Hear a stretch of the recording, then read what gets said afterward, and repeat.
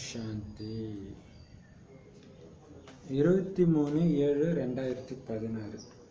இன்றைய முரளியின் தலைப்பு இனிமையான குழந்தைகளே, இதுவரை நீங்க கேள்விப்பட்ட விஷயங்கள் படிதான் நடந்து வந்தீங்க.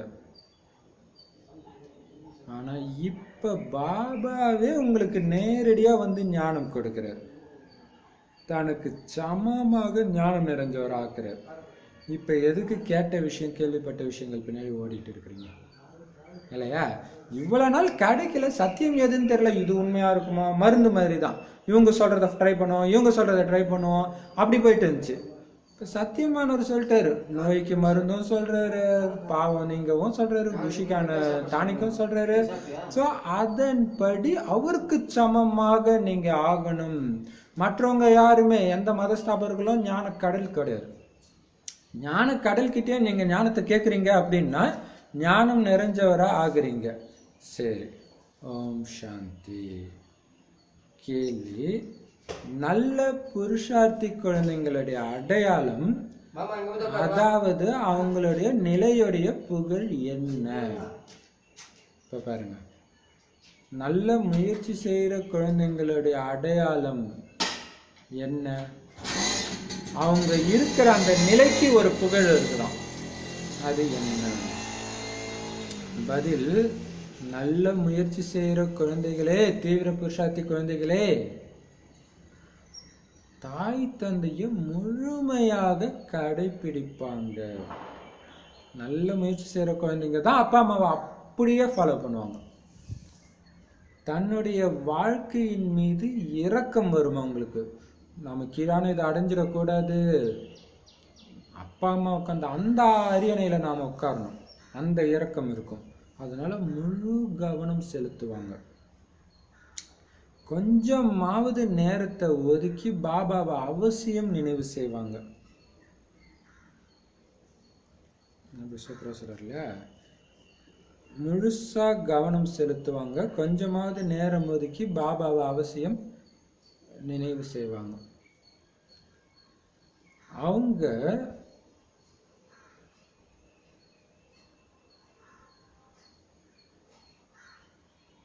பாருங்க, நேரம் ஒதுக்கி பாபாவை நினைவு செய்வாங்கன்னு சொல்ல, எனக்கு டைமே இல்லை, நான் எவ்வளவு பிஸி தெரியுமா, அப்படி இப்படின்றதுதான் தீவிர புருஷார்த்திக்கு வந்து சொல்ல மாட்டாங்க, அது இருந்துகிட்டு தான் இருக்கும். அதனால நேரத்தை ஒதுக்கி நினைவு செய்வாங்க. அவங்க நிலையுடைய புகழத்தான் ஆடாத அசையாத நிலையானவர்னு சொல்றது. என்ன ஆனாலும் ஆடாத அசையாத நிலை அப்படிங்கிறது அவங்களுக்கு தான். அவங்களத்தான் மகாவீரர்னும் சொல்றோம்.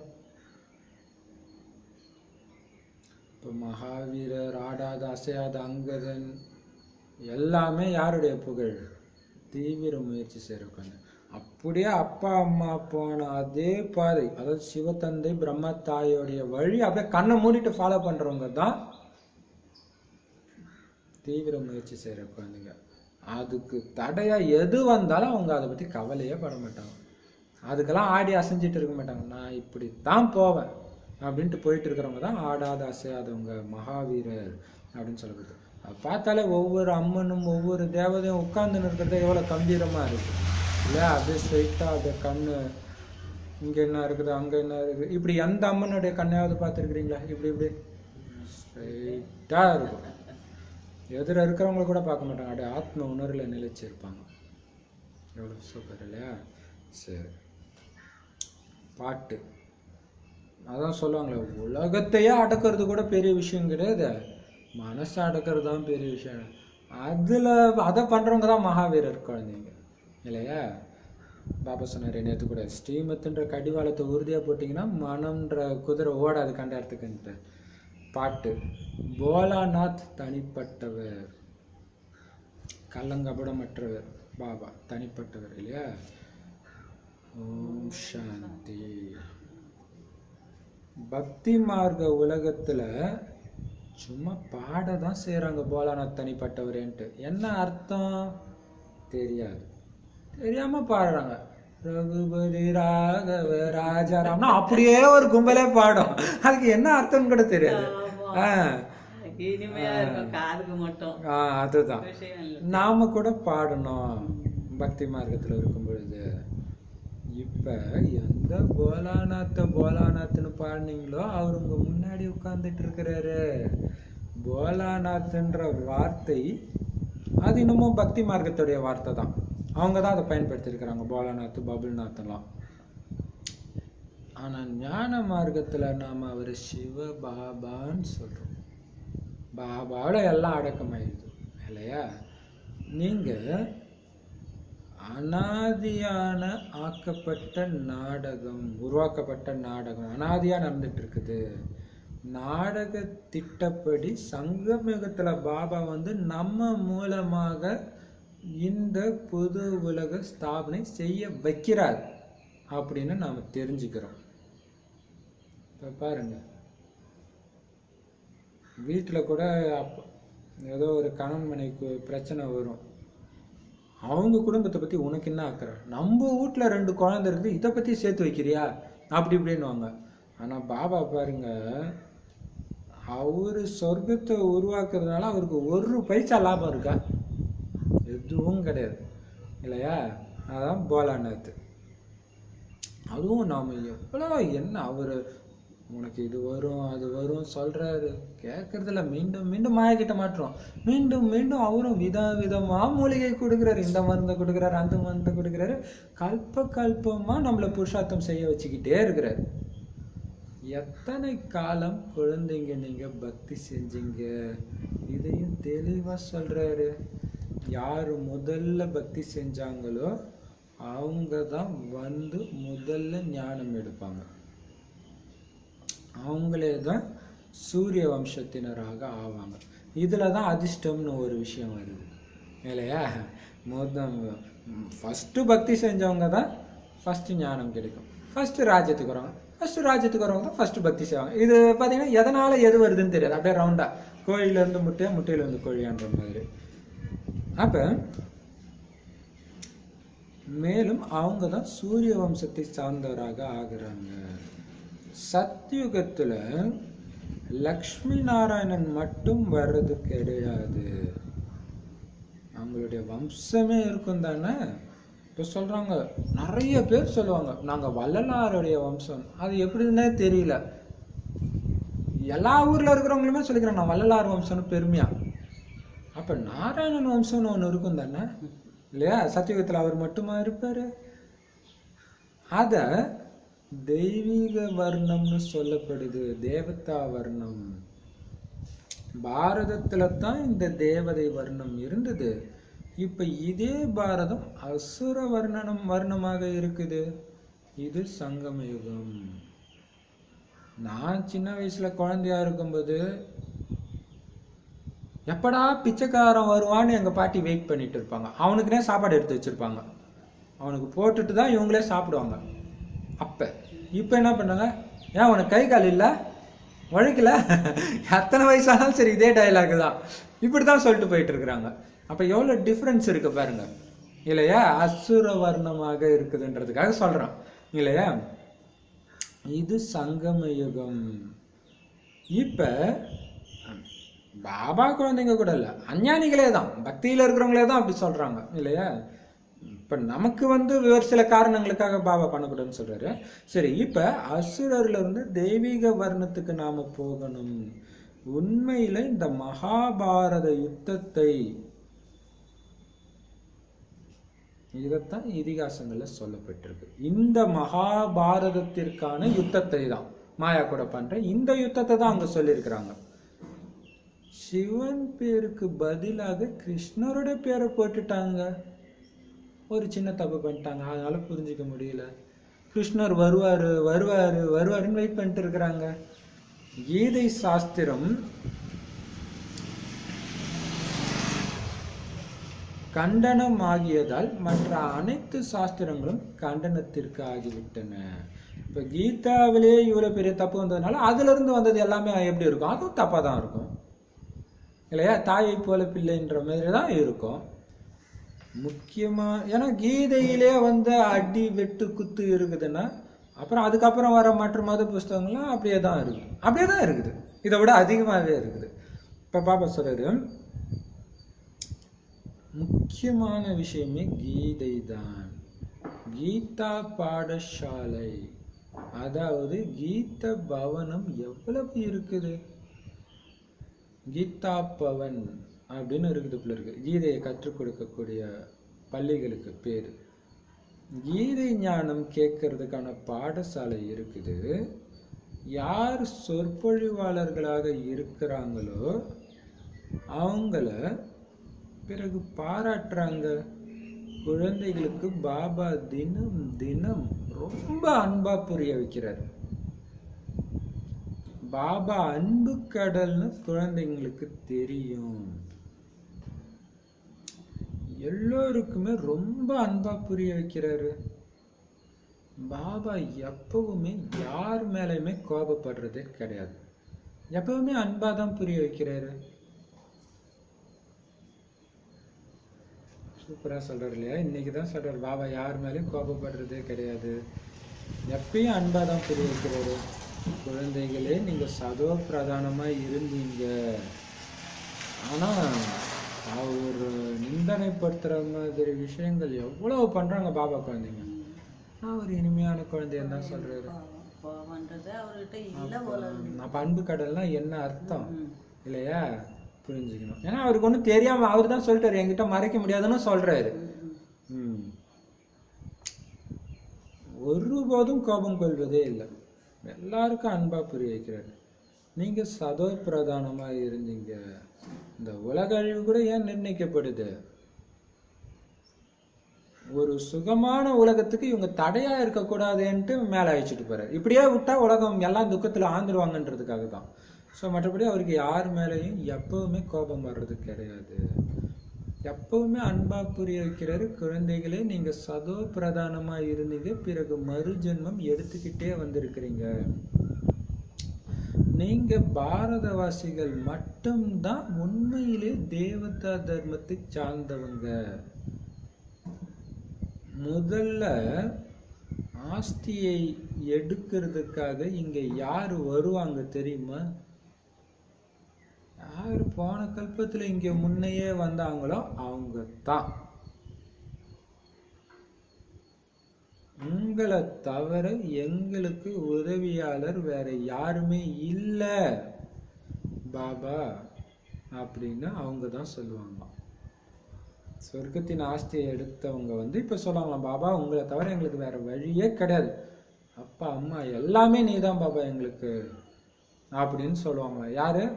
போன கல்பத்துல யார் முதல்ல ஆஸ்தி எடுக்க வந்தாங்களோ அவங்க. அப்போ ஆரம்பத்துல வந்த தாதி தீதிங்க எல்லாம் அப்போ ஃபுல்லா எல்லாத்தையும் விட்டுட்டு வந்தவங்க. பெரிய பெரிய பணக்கார குடும்பத்தெல்லாம் விட்டு வந்தாங்க, சின்ன சின்ன குழந்தையெல்லாம் வந்தாங்க. எல்லாருக்கும் ஒண்ணுமே புரியல, நான் தான் நடக்குது, மை வைக்கிறாங்க அப்படி இருக்குது அப்படி இப்படின்னு நினைச்சுக்கிட்டாங்க. அதான் பாபா சொல்றாரு. பாபா சுஷ்மா தீதி இப்போ பட்டிக்கு போயிருந்தால அவங்க சொன்னாங்க என்னன்னா, யாரோ ஒருத்தங்க ஒரு ஒரு பிரதர் பக்கா பாபா குழந்தை ஆயிட்டார். ஆனா அவங்க ஒய்ஃப்க்கு பிடிக்கல. அவங்க ஊரே கூப்பிட்டு வந்துட்டாங்களாம். இந்த மம்மா வர சொல்லுங்க அப்படின்னு கத்துறாங்களாம். அப்ப ஜெகதீஷ் பாய் பார்த்தாராம். சரி, நீங்க எல்லாரும் மம்மாவை சந்திக்கலாம், ஆனா ரொம்ப சின்ன ரூம் இது, எல்லாரும் எப்படி போக முடியும்? முதல்ல படிக்கட்டுல கூட போக முடியாது. ஆனால் நீங்களே உங்களுக்குள்ள ஒரு 10 பேரை முடிவு பண்ணிக்கோங்க, அவங்க போய் பார்த்துட்டு வரட்டும், அடுத்த 10 பேர் போகட்டும் அப்படின்னாங்களாம். சரி, இது நல்லா தான் இருக்குது அப்படின்ட்டு 10 பேரை மட்டும் அனுப்புனாங்களாம். அதுல அந்த எல்லாரையும் அழிச்சிட்டு வந்தாங்களே அவங்களும் சேர்ந்துதான், அந்த அம்மாவும் தான் போறாங்க. மம்மா பெட்டுக்கு யோகத்துல இருக்கிறாங்க. அந்த சக்தியை சொல்றாங்க, அந்த யோகா வைப்ரேஷன் அந்த ரூம்ல உள்ள வந்தோடனே அவங்களுக்கு எது பேசணும் எல்லாம் மறந்து போய் அப்படியே போய் அவங்களும் உட்காந்துட்டாங்க யோகத்துல. உட்காடுறாங்க உட்காடுறாங்க உட்காடுறாங்க, இவங்களும் உட்காந்துன்னே இருக்கிறாங்க. அதுக்கப்புறம் மம்மா கிட்ட ஏதோ பேசியிருப்பாங்க போல இருக்கு, அது சரியா ஞாபகம் இல்லை என்ன பேசினாங்கன்ட்டு. அப்புறம் வந்துட்டாங்க. சரி, நாங்கள் உங்களுக்கு ஃபுல் ஒத்துழைப்பு கொடுக்குறோம் அப்படின்னு சொல்லிட்டு கீழே இறங்கி வராங்க. அங்க கீழே வர்றதுக்குள்ள கீழே இருக்கிறவங்க என்ன பேசிட்டு இருந்தாங்களாம், அவங்க மை வைக்கிற கூட்டம் உள்ள போனவனே பாருங்களாம் சுத்தமா வேற மாதிரி பேச போறாங்கன்னாங்களாம். அதே மாதிரி இறங்கி வந்தோடனே வாங்க வாங்க ஒண்ணும் இல்லை பாத்தீங்களா சொன்னேன்ல மேல ஏதோ மாத்திட்டு இருக்கிறாங்க, சரி நீங்க ஒரு 10 பேர் போங்க. அதுதான் அப்ப பாபா சொல்றாரு, அதுதான் உங்களை தவிர எனக்கு யாருமே இல்லை. அந்த அளவு சரணாகதி ஆகி இருக்கிறாங்க இல்லையா. ஆரம்பத்துல வந்தவங்க அப்பதான் பயங்கர எதிர்ப்பு, இப்பெல்லாம் ஒண்ணும் கிடையாது இல்லையா. இப்ப பாபா சொல்றாரு, உங்களை தவிர எங்களுக்கு வேற உதவியாளரே இல்லை பாபான்ட்டு முதல்ல கல்பத்துல முன்னாடி வந்தவங்க தான் சொல்லுவாங்க. பாபா சங்கம யுகத்துல தான் வந்து எல்லாத்தையும் மன்னிக்கிறார். ஸோ இறைவன் மன்னிப்பாருன்ற விஷயமே இப்பதான் நடக்குது. சரி சரி தப்பு பண்ணிட்டேன், சரி நல்லா கல்பம் ஃபுல்லா தப்பு பண்ணிட்டேன், எவ்வளவு பண்ண முடியுமோ பண்ணிட்டேன். இப்ப நான் தர்மராஜ், எல்லாருக்கும் தண்டனை கொடுத்து தான் ஆகணும். உன்னை மட்டும் விட்டாலும் நல்லா இருக்காது, கேட்பாங்க. உன் பாவத்தை நீயே எரிக்கிறதுக்கு நான் ஒரு வழி கற்றுக் கொடுக்குறேன் அப்படின்னு சொல்றாரு. அதான் மன்னிப்பு, வேற ஒன்றும் மற்ற எந்த மன்னிப்பும் கிடையாது. யோகா பண்ணி எரிக்க முடிஞ்சா எரிச்சுக்கோ அப்படி சொல்றேன். ஏன்னா எல்லாம் பண்ணியாச்சு, எல்லாம் தேடி வரும், கொடுத்தது எல்லாம் திரும்பி வரும் வாங்குறதுக்கு. யோக சக்தியின் மூலமாக ஆடாம அசையாம இருந்தீங்கன்னா வரும், பார்க்கும், போயிடும். அது ஆடாம அசையாம இருந்துட்டீங்கன்னா போயிடும். இதுதான் இந்த பாவத்தை தணிக்கிறது. அப்ப பாபா சொல்றாரு, சங்கமயுகத்துல தான் மன்னிக்கிறாரு பாபா. ராமராஜ்யம் மேலும் ராவண ராஜ்யம் இங்கதான் இருந்துச்சுன்னு இப்ப புரிஞ்சுக்கிட்டீங்க. ராவண ராஜ்யம் இப்ப நடந்துட்டு இருக்கிறதுனாலதான் எல்லாரும் ராமராஜ்யம் வேணும்னு விரும்புறாங்க. இல்லாத இப்ப பாத்தீங்கன்னா நம்ம ஊர் அரசியல்ல காமராஜர் ஆட்சி வேணும், காமராஜர் ஆட்சி வேணும்னா இப்ப அவருடைய ஆட்சி இல்லை, அதனாலதான் அவருடைய ஆட்சி வேணும்ன்றாங்க. இப்ப அதே மாதிரி ராமராஜ்யம் வேணும்னா இப்ப நடக்கிறது ராவணராஜ்யம் இல்லையா. நீங்க எப்ப சிவபாபான்னு சொல்றீங்களோ அப்ப உங்களுடைய புத்தி நிராகார பக்கம் போயிடுது. சிவபாபானால பரந்தாமம், பரந்தாமத்தில் இருக்கக்கூடிய சரீரமற்றவருடைய நினைவு தான் வருது. ஆத்மா தான் பாபாவை கூப்பிடுது. பரமாத்மான்னு ஒருத்தர் உட்கார்ந்து கேட்கிறாரு. அப்படி கிடையாது. நாடகத்தின் அனுசாரமாக பதிதர்களை பாவனமாக்குறதுக்காக நான் உடலில் வருகிறேன் அப்படின்னு பாபா புரிய வைக்கிறார். இப்ப பாருங்க, எவ்வளவு சூப்பர் இல்லையா. அப்ப நீங்க வந்து கூப்பிட்டுல இருந்ததெல்லாம் பாபா கேட்டாரா, கேட்டுக்கிட்டு இருந்தாரான்னா பாபா சொல்றாரு அப்படி கிடையாது. பக்தியில தான் சொல்ற, நீங்க எவ்வளவுதான் ஊண்டு பிறந்தாலும் பக்தியில எந்த விதமான பிரயோஜனமும் கிடையாதுன்னு. அப்படின்னா என்ன, அவர் கேட்கல. ஆனா நாடகத்தின்படி அவர் வர்றதுக்குன்னு ஒரு டைம் இருக்குது. அவர் எந்த உடல்ல வரணுமோ அந்த உடல்ல அழுக்கானவர்களை தூய்மையாக்குறதுக்காக வராரு. இது எவ்வளவு பெரிய விஷயம். அப்ப நாடகத்துடைய பவர் பாருங்க. நீங்க கதர்னாலும் அவர் வரமாட்டார். காட்சி வேணா கிடைக்கும், ஏன்னா இந்த நாடகமே நன்மை செய்யக்கூடிய நாடகம் எப்பவுமே. அதுதான். அப்ப அது நாடகத்துலதான் அந்த உலக அழிவு பிக்ஸ் ஆயிருக்கா, இதுக்கு மேல தாங்காதுன்னு அதுவே தான் நன்மைக்காக தான் பண்ணுது. எப்படி? அதனால்தான் பாபா கள்ளங்கப்படமற்றவங்க. நான் கேட்டேன் வந்தேன்னு அவர் சொல்லல, நான் கேட்கவே இல்லைன்னு தான் சொல்றாரு இல்லையா. உங்கள் கூக்குரலை கேட்டு வரனா இல்ல, அப்படியெல்லாம் கிடையாது. எப்படி எவ்வளவு பாருங்க. இப்பதான் நம்ம பேசுறது அவரால் கேட்க முடியும், ஆனா இப்ப எல்லாம் பேசுறது இல்ல. அப்ப என்னமோ கேட்பாருன்னு நினைச்சிட்டு பேசிட்டு இருந்திருக்கிறோம். பக்தி எப்ப முடியுதோ அப்பன்னா வந்தே ஆகணும். இது புரிஞ்சிக்க வேண்டிய விஷயம். சமயம் வரும்போது குழந்தைங்க கூப்பிட ஆரம்பிக்கிறீங்க. அதே மாதிரி நீங்களும் வந்து எல்லா நேரமும் கூப்பிட மாட்டீங்க இல்லையா. சொர்க்கத்துல கூப்பிட மாட்டீங்க, பக்தியிலையும் ஆரம்பத்துல கூப்பிட மாட்டீங்க, கடைசியில தான் கூக்குரல் ஓவர் ஆயிடும். அப்பதான் பாபா வராரு.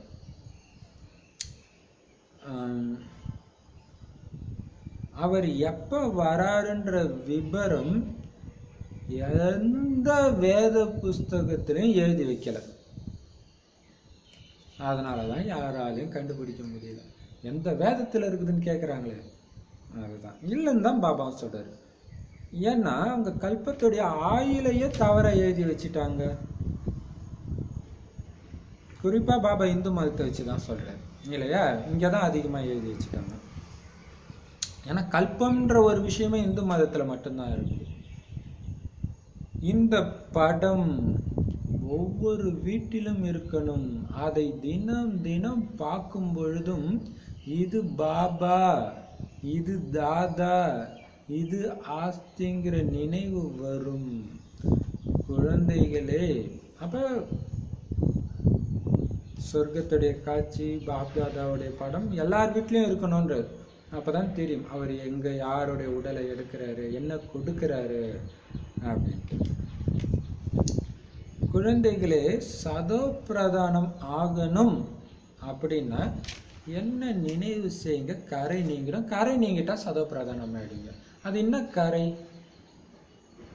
அந்த 5 விகாரங்கள்னால மனசு சஞ்சலம் அடையுது பாருங்க, அதுக்கு பேர் தான் கரையே. அந்த கரை நீங்கிச்சுன்னா சஞ்சலம் அடையாது, ஆடாம அசையாதவராக இருக்குங்க. அதுக்கு என்ன பண்ணணும், பாபாவுடைய நினைவு கண்டினியூஸாக இருந்துக்கிட்டு இருக்கணும். அப்போ உங்களை திட்டினாலும் சரி, கத்தி எடுத்துகிட்டு வந்தாலும் சரி, நீங்கள் பாட்டு கம்முன்னு இருப்பீங்க.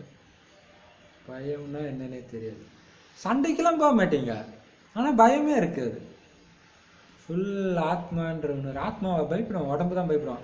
ஆனால் பேயின்றாங்கல்ல, அது உடம்பு விட்டுருச்சு தானே, ஆனால் அது பயப்படும். ஆனால் தானே அடிச்சிடுவோன்ட்டு சாமியார் மிரட்டணும்னு ஓடிடுது. அப்போ பாருங்க, அதுக்கு உடம்பே கிடையாது, இருந்தாலும் பயப்படுறாங்க, பயப்படுது. அது உண்மையிலே பயப்பட தேவையில்லை, ஆனால் பயப்படுது. ஆனால் நம்ம உடம்புல தான் இருக்கிறோம், ஆனால் அந்த பயம் போயிடும். அதுக்கு தான் பாபா நினைவு பண்ண சொல்றாரு. எவ்வளோ பெரிய விஷயம் இல்லை.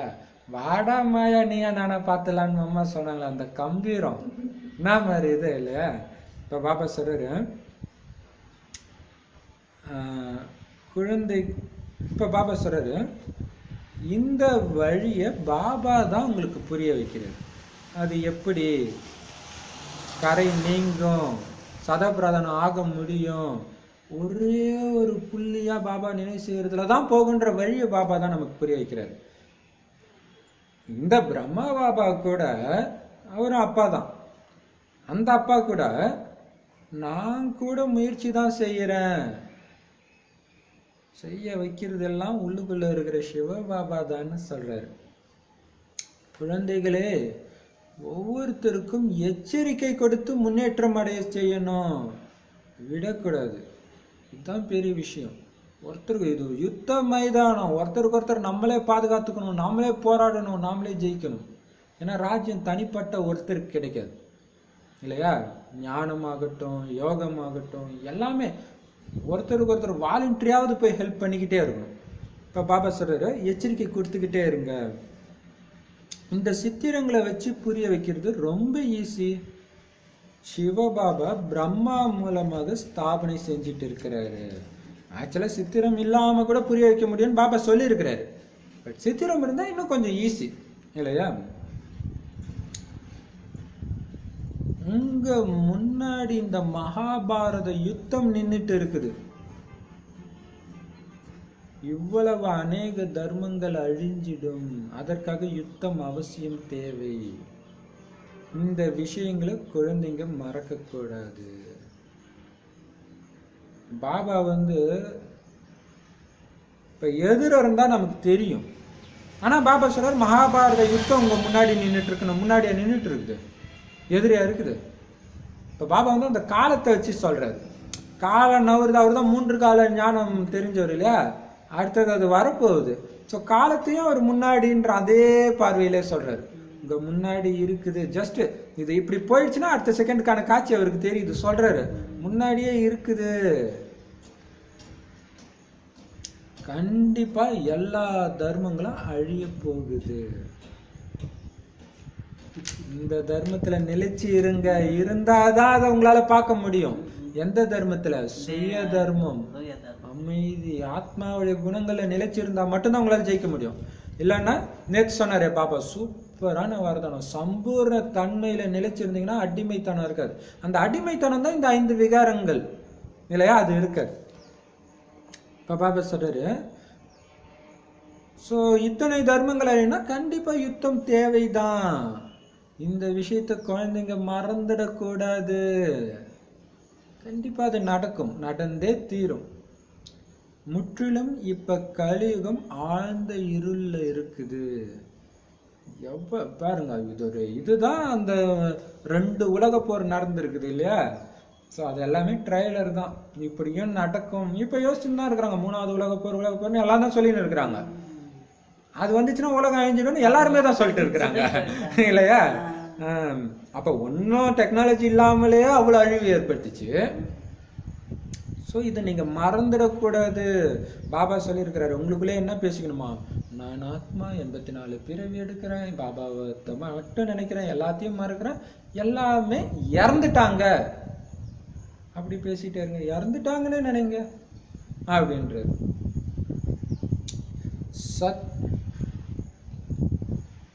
ஆனா கலியுகம் ஆழ்ந்த இருள்ல இருக்குது. என்ன நடக்க போகுதுன்னு தெரியல. அதுக்கு எவ்வளவு நிறைய மனிதர்கள் இருக்கிறாங்க பாருங்க. ஸோ இவங்கெல்லாம் கஷ்டப்பட விடுவாரா பாபா? அவசியம் விநாசம் நடந்தே தீரும். சத்தியுகத்துல ஒரு தர்மம் தான் இருக்கும். பிறகு மீண்டும் அதே ஒரு தர்மம் ஸ்தாபனை ஆகிட்டு இருக்குது. அனைவருக்கும் ஒரே தர்மம், ஒரே வழி, ஒரே மொழி இல்லையா, ஒரே ராஜ்யம். எல்லோருக்கும் சத்கதி கொடுக்கும் வள்ளல் தாத்தா ஒரு பாபா தான். தாத்தானா வள்ளல், ஹிந்தி வார்த்தை. பாபா கிட்ட இருந்து தான் குழந்தைங்களுக்கு ஆஸ்தி கிடைக்குது. நாம படிக்கிற இந்த படிப்பு எதிர்காலத்துக்காக 21 ஜென்மத்துக்காக படிக்கிறோம். அந்த மாதிரி ஒரு படிப்பு இருக்குதா? மற்ற படிப்புல இங்கதான் அனுபவிக்க முடியும். இதுதான் 21 ஜென்மத்துக்கு. அதனால்தான் இந்த படிப்புல கலைப்பு வேண்டாம், அலட்சியம் வேண்டான்றாரு.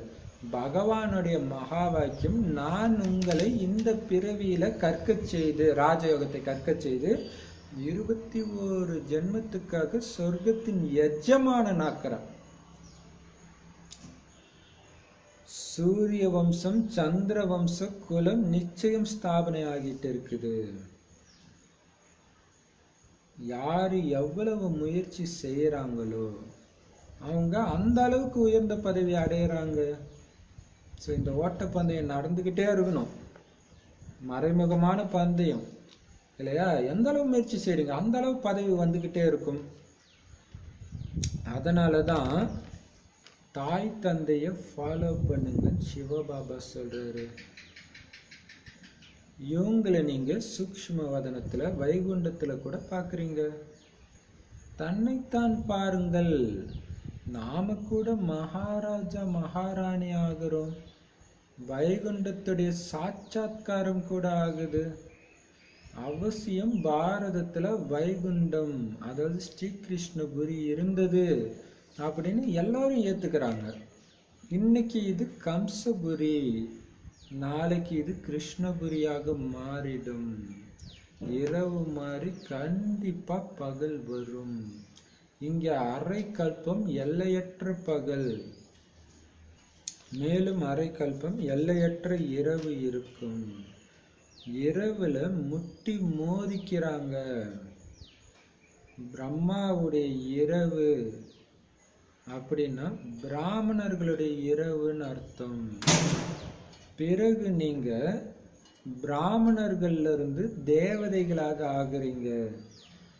சத்தியுகத்துல தான் பிராமணர்கள் கிடையவே கிடையாது, தேவதைகள் மட்டும்தான் இருப்பாங்க. சங்கமயுகத்துல தேவதைகளும் இருக்க மாட்டாங்க, சத்தியுகத்துல பிராமணர்களும் இருக்க மாட்டாங்க இல்லையா. இப்ப பாருங்க, உங்களுக்கு காட்சி கிடைக்குது இல்லையா. ஸோ எந்த அளவு முயற்சி செய்றீங்களோ அந்த அளவு ஆக போறீங்க. அப்பா அம்மாவை பாருங்க, ஃபாலோ பண்ணுங்கன்னு இங்க வந்து பாபா அம்மாவை சொல்றாங்க. அப்ப இவங்க தான் சூக்ஷ்மவதனத்துல காட்டுறாங்க. வைகுண்டத்துடைய காட்சியை பாபா காட்டுறாரு. இப்ப பாபா சொல்றாரு, உங்களையும் பாருங்க, நீங்களும் அங்க அப்படித்தானே இருக்க போறீங்க. ஸோ அதுக்கு எந்த அளவுக்கு தகுதியா இருக்குங்க. அவங்க பண்ற முயற்சியை கண்ணு முன்னாடி நீங்க பாக்குறீங்க. மம்மா பாபாவுடைய முயற்சி, அவங்களுடைய காட்சியை பாபா காட்டுறாரு. அப்ப அவங்களுக்கு கம்பேர் பண்ணும்போது நீங்க எவ்வளவு முயற்சி பண்ணீங்கன்னு உங்களுக்கு தெரியும் தானே. அப்ப உங்களை நீங்களே பாருங்க, உங்களுக்கு என்ன பதவி கிடைக்கும்ட்டு. ஆனா நீங்க என்ன முயற்சி பண்றீங்களோ பண்ணலையோ வரத்தான் போகுது, விடியத்தான் போகுது. ஸ்ரீகிருஷ்ணபுரி வரதான் போகுது அப்படின்னு சொல்றாரு. ஏன்னா எல்லையற்ற இரவு முடிய போகுதுப்பா. இரவுல முட்டி மோதிட்டு இருக்கிறாங்க. ஆனா சங்கமயுகமே முடிய போகுது. இன்னும் என்ன உறக்கம்? சத்தியுகத்துல ஒரு பிராமணன் இருக்க மாட்டான். ஸோ அங்க போயெல்லாம் முயற்சி பண்ண முடியாது. பண்ணிடுங்க, எப்ப வேணாலும் சங்கமயுகம் முடிஞ்சிடும். ரொம்ப ரொம்ப முக்கியமான எச்சரிக்கை அது இல்லையா? பாரதம் தூய்மையான ராஜஸ்தானாக இருந்தது. பாரதம் தூய்மையான ராஜஸ்தானமாக இருந்தது. பிறகு தூய்மையற்ற ராஜஸ்தான். ராஜஸ்தான் ராஜ்யம் நடக்கிற ஸ்தானம் இருந்தது. ராஜஸ்தான்றது இன்னைக்கு அது பாலைவனம்னு ஆக்கி விட்டாங்க. சோலைவனமா இருந்தது தான் பாலைவனமா இருக்குது இல்லையா? வேதத்திலே போட்டிருப்பாங்க, ராஜஸ்தான் ஒரு காலத்துல அப்படி இருந்துச்சு, அது வழியா தான் சரஸ்வதி நதி வந்துச்சு, மேல பாஞ்சுது. வேதங்கள் அப்படி போட்டிருப்பாங்க. அதுக்கப்புறம் போய் ஒளிஞ்சிக்கிச்சுன்ட்டு கதை. சரி, பாபா சொல்றாரு, பாரதம் எப்பொழுதும் ராஜஸ்தானாகத்தான் இருக்கும். ராஜ்யங்கள் நடந்து கொண்டேதான் இருக்குது. தர்மத்தை சேர்ந்தவர்கள் ஆரம்பத்திலிருந்தே ராஜ்யம் செய்யறது கிடையாது. பகவான் தான் ராஜ்யத்தையும் ஸ்தாபனை செய்யறாரு. பகவான் தான் ராஜயோகம் கத்துக் கொடுக்கிறார். அவரு தான் நிராகார ஞானக்கடல், சுகக்கடல். பாபா கிட்ட இருந்து நமக்கு ஆஸ்தி கிடைக்குது.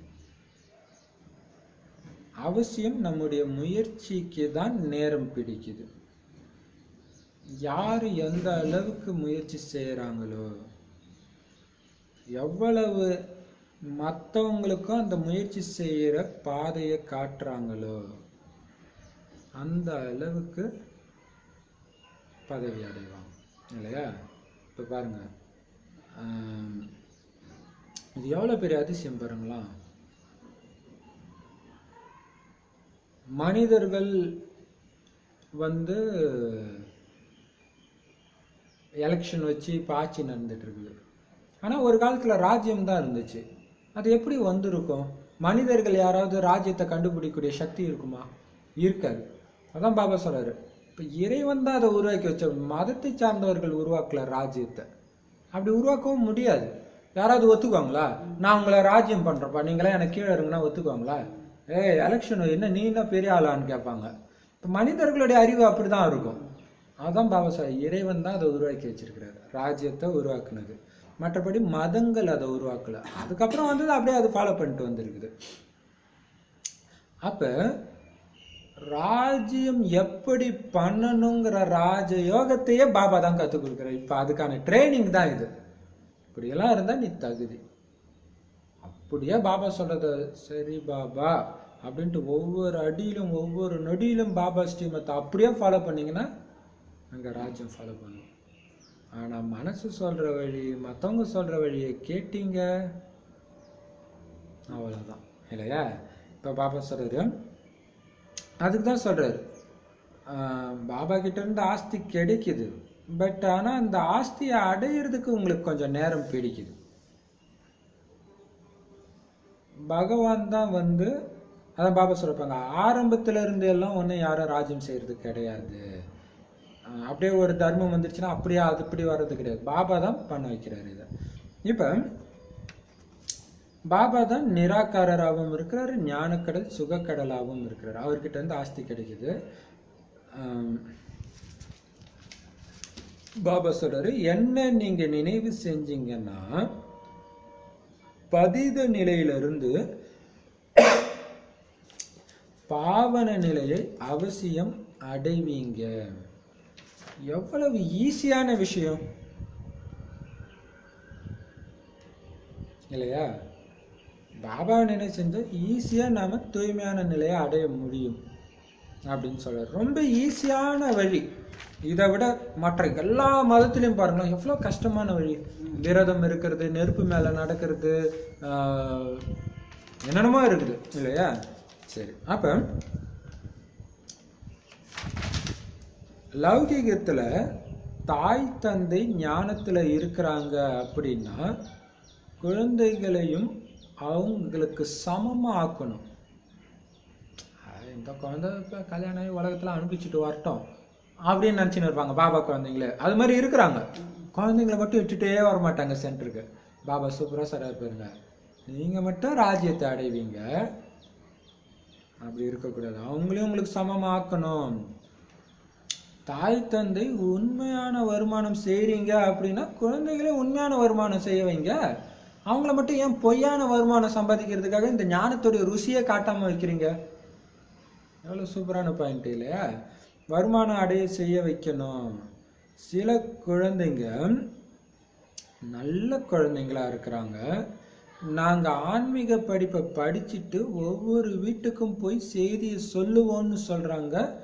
நான் கூட செய்தியாளன்தான்னு பாபா சொல்கிறார். பாபாவே செய்தி கொடுக்க தான் வர்றார். அப்போ நீங்களும் அதைத்தான் பண்ணணும். பாபாக்கு சமம்னா அதான் வேலையே. நான் உங்களுக்கு வீட்டுக்கு போகிற டைம் வந்துடுச்சு, குழந்தை தூங்குனது போதும், எழுந்திரி நீ ஆத்மா அப்படின்னு செய்தியைத்தான் சொல்ல வந்திருக்கிறாரு.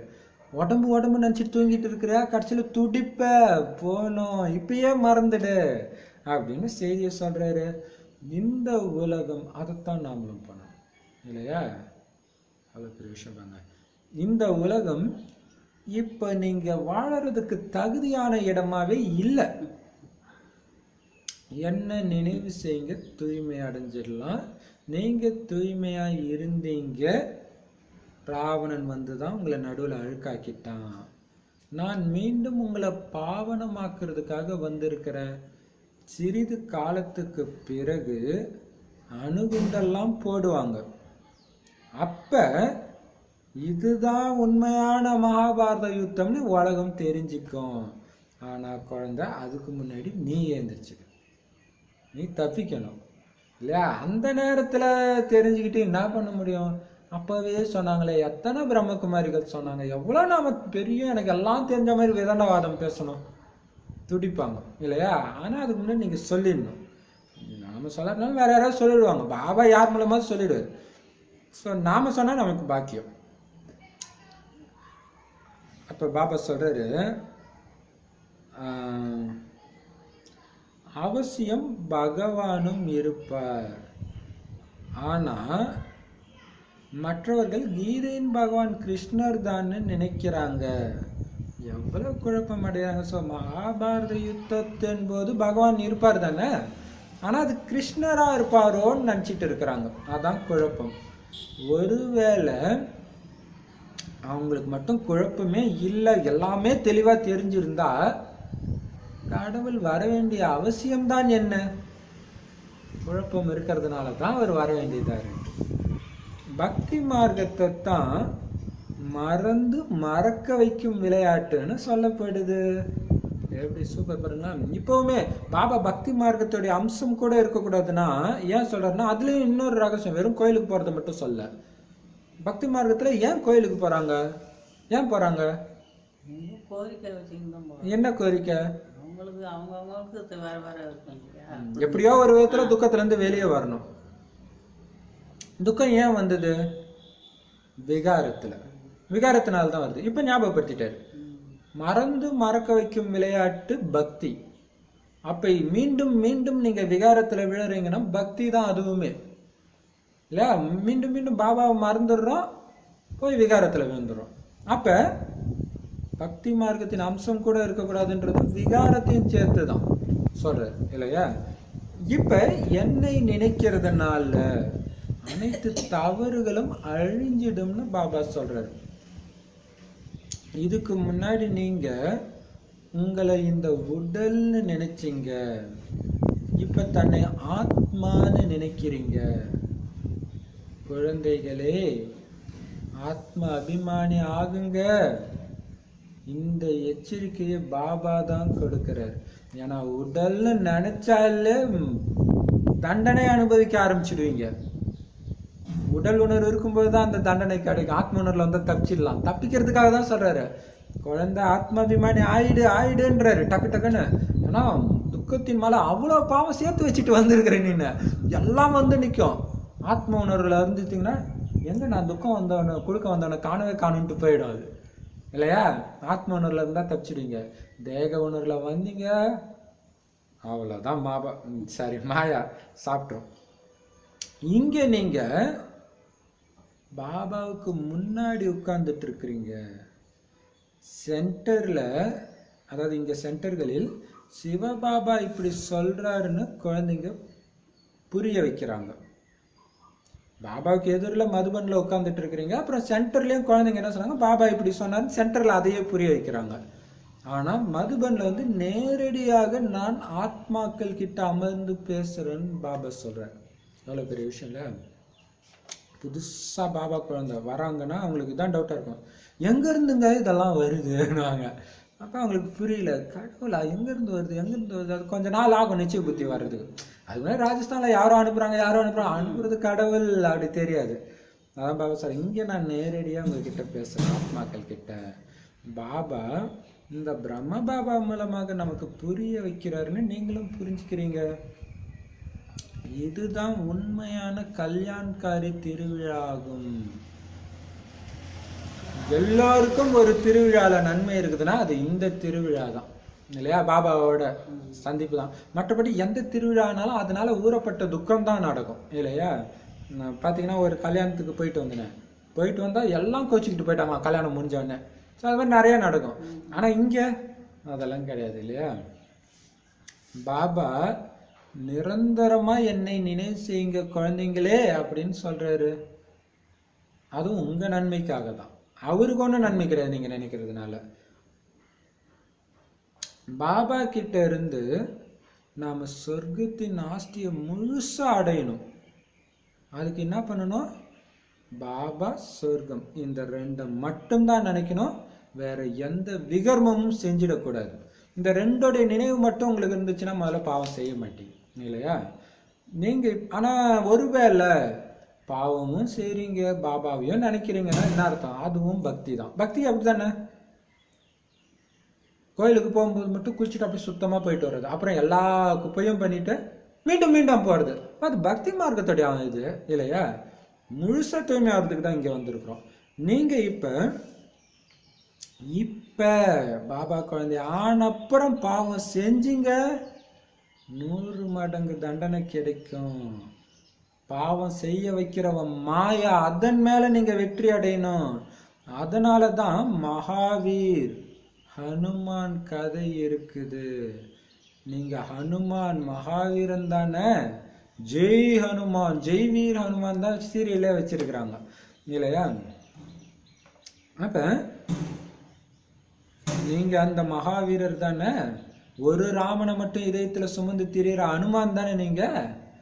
நாம பாபாவினுடையவர்களாக ஆகிட்டோம். அதனால மாயா கிட்ட இருந்து தோல்வி அடைய முடியாது. அதனால பாபாவை நினைத்து நினைத்து சதோ பிரதான் விகர்மாஜித் ஆகிடுவீங்க. அப்படி ஆகல அப்படின்னா பதவி குறைஞ்சிடும். புருஷார்த்தி குழந்தைங்க தன்னுடைய வாழ்க்கையின் மீது இறக்கப்படுவார்கள். என்ன ஆனாலும் சரி நினைவு யாத்திரையில இருப்பாங்க. செம்ம பவர்ஃபுல்லான வாணி இன்னைக்குல, சரியான இதுப்பா. புரிஞ்சுக்கணும். பாபா சொல்றாரு, நான் பாபா குழந்தை ஆயிட்டேன், என்ன மாயா தோல்வி அடைய வைக்கவே முடியாது. பாபா சொன்னாரு, சம்பூர்ண தன்மையில நிலைச்சி இருக்கிற குழந்தைய மாயா தன்னுடைய அடிமையாக்கவே முடியாதுன்றார். எந்த அடிமைத்தனமும் இருக்க முடியாதுன்ட்டு. ஸோ அந்த இதுதான் இப்ப பாபா குழந்தைனால அது அப்படிதான் நீங்க புரிஞ்சுக்கணும். ஒருவேளை நீங்க மாயாவை வெற்றி பெறல, பாபாவை நினைச்சு நினைச்சு விகர்மாஜித்தா ஆகல அப்படின்னா உங்க பதவி குறைஞ்சிடும். ஸோ தீவிர புருஷார்த்தி குழந்தைங்களுக்கு முதல்ல தன் மேல இரக்கம் வரும். மாயகிட்ட மாற்றுறதுனால நீ இப்படியே போயிட்டு இருந்தா என்னைக்குதான் சம்பூர்ணமாகுது, இல்லையா? தன் மேல இரக்கம் வரும். அதனால என்ன நடக்கட்டும், உலகமே எதிர்த்து நிக்கட்டும், நினைவு யாத்திரையை விட மாட்டாங்க. நினைவு கண்டினியூஸா இருந்துகிட்டே இருக்கும். ஆடாத அசையாத நிலையா இருப்பாங்க அந்த நினைவுல. உலகம் அழிந்தே தீரும். எல்லாருடைய பெரியப்பா, சித்தப்பா, மாமா, குரு எல்லாம் அழிஞ்சு போயிடுவாங்க. ஆனா நான் உங்களை என்னோட அழைச்சிட்டு போறேன்னு சத்குரு சொல்றாரு. அப்ப நீங்க யாரை நினைக்கணும்? யார் சொல்ற வழியை ஃபாலோ பண்ணணும்? அழியக்கூடிய பெரியப்பா, சித்தப்பா, மாமா, குரு சொல்ற வழியெல்லாம் கேட்டீங்கன்னா என்ன ஆகும் இல்லையா? அப்ப சத்குரு சொல்றாரு, நான் உத்தரவாதம் கொடுக்குறேன், நான் அழைச்சிட்டு போறேன்ட்டு. இப்ப பிரம்ம பாபா சரீரம் விட்டவொடனே நிறைய பேர் ஆடி போயிட்டாங்க. அடுத்த நாள் வர்றாரு பாபா, தாதி உடம்பு வந்து சொல்றாரு, இப்ப வச்ச டெஸ்ட் பேப்பர்ல எல்லாம் ஃபெயிலு பாருங்க. அப்ப என்ன பிரம்ம பாபா நம்பியா நீங்க வந்தீங்க? சிவபாபா நம்பி தானே வந்தீங்க. அப்ப உங்களுக்குள்ளே டவுட் இருந்திருக்குது, இவருக்கு அப்புறம் என்ன ஆகுமோன்ட்டு. அதான் பாபா நான் அவர் தான் சொல்லியிருக்காரு, நான் சொல்ல மாட்டேன் அடுத்தது என்ன நடக்கும்ட்டு. அந்த அசைக்க முடியாத நிச்சய புத்தியில தான் இருக்குது. எவ்வளவு பெரிய விஷயம் இல்லையா? இப்பவுமே அடுத்தது என்ன ஆகும் அதெல்லாம் யோசிக்க தேவையில்ல. பாபா மேல நிச்சயம் வச்சிருக்கிறியா, பாபா பார்த்துக்குவாரு. என்ன வேணாலும் ஆகட்டும், பாபா பார்த்துக்குவாரு. இப்ப பாபா சொல்றாரு, மனிதர்கள் முற்றிலும் இருட்டுல இருக்கிறாங்க. இப்ப இதுதான் சூப்பரான பாயிண்ட். என்ன ஆனாலும் சரி, என் நினைவை யாராலையும் கட் பண்ண முடியாது. பாபாவை நினைக்கிறத அதுலதான் இருக்கு. அந்த ஒண்ணுதான் உங்ககிட்ட அவர் எதிர்பார்க்கறது, வேற எதுவுமே பண்ணலையே. அதை மட்டும் கட் ஆகாம பாத்துக்கோங்க. அதை யார் என்ன பண்ண முடியும்? நீங்களே அலட்சியமா விட்டாதான் உண்டு. அதுதான் தீவிர முயற்சியாளர் பண்ணுங்க. வேற எதை பத்தியும் சொல்ல, அவர் சொல்றது நினைவு தான். இப்ப பாபா சொல்றாரு, மனிதர்கள் முற்றிலும் இருட்டுல இருக்கிறாங்க, பாபா நம்மை தன்னுடன் அழைச்சிட்டு போவார்னு உங்களுக்கு தெரிஞ்சிச்சு. காலன் சாப்பிட்டுட்டான் அப்படின்னு சொல்றாங்க இல்லையா? ஆனா நான் உங்களை சாந்தி தாமம் அழைச்சிட்டு போறேன். ஆத்மா இந்த சரீரத்தை விட்டுட்டு போயிடும். மற்றபடி காலன் ஒண்ணு யாரையும் அழைச்சிட்டு போறது கிடையாது. ஆத்மாதான் இந்த உடலை விட்டு வெளியில போக வேண்டி இருக்குது.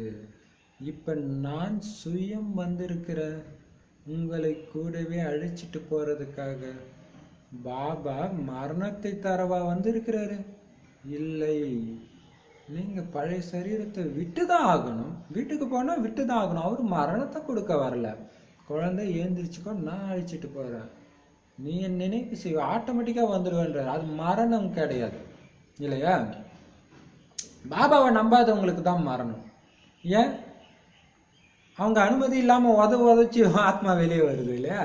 அதனால மரணத்தை கொடுக்க பாபா வரல, மரணத்தை வெல்ற ஒரு கலையை கத்துக் கொடுக்கறதுக்காக வர்றாரு. நீங்க சரீரத்தை, பழைய சரீரத்தை விட்டுதான் ஆகணும். தமோ பிரதானத்திலிருந்து சதோ பிரதானமா ஆத்மா ஆகியே தீரணும். இப்ப பாருங்க, 5 தத்துவங்கள் கூட தமோ பிரதானமா தான் இருக்குது. தண்ணியிலே தெரியல டிஃபரன்ஸ். தண்ணியே எங்கேயாவது குடிக்கிற மாதிரி இருக்காது, அப்பெல்லாம் எப்படி இருக்குது இல்லையா? அப்ப அதனாலதான் உடலும் அப்படிதான் கிடைக்குது. ஏன் இன்னைக்கு குழந்தைங்களுக்கு சின்ன வயசுலயே கண்ணு தெரியல, சுகரு, என்னென்னமோ வியாதி. 5 தத்துவத்துல தானே உடல் வந்தாகணும். அதனால உடம்பும் அப்படிதான் கிடைக்குது. ஆனா அங்க தத்துவம் சதோ பிரதானமாக இருக்கும். அப்ப என்ன நடக்கும் பாருங்க. இன்னும் 20 வருஷத்துல சதோ பிரதானமா இது மாறிடுதுன்னா, அந்த 20 வருஷத்துக்குள்ள என்னதான் நடக்குது இல்லையா? சதோ பிரதானமா இருக்கும். அதனால உங்களுடைய உடல் கூட வெள்ளையாக இருக்கும்.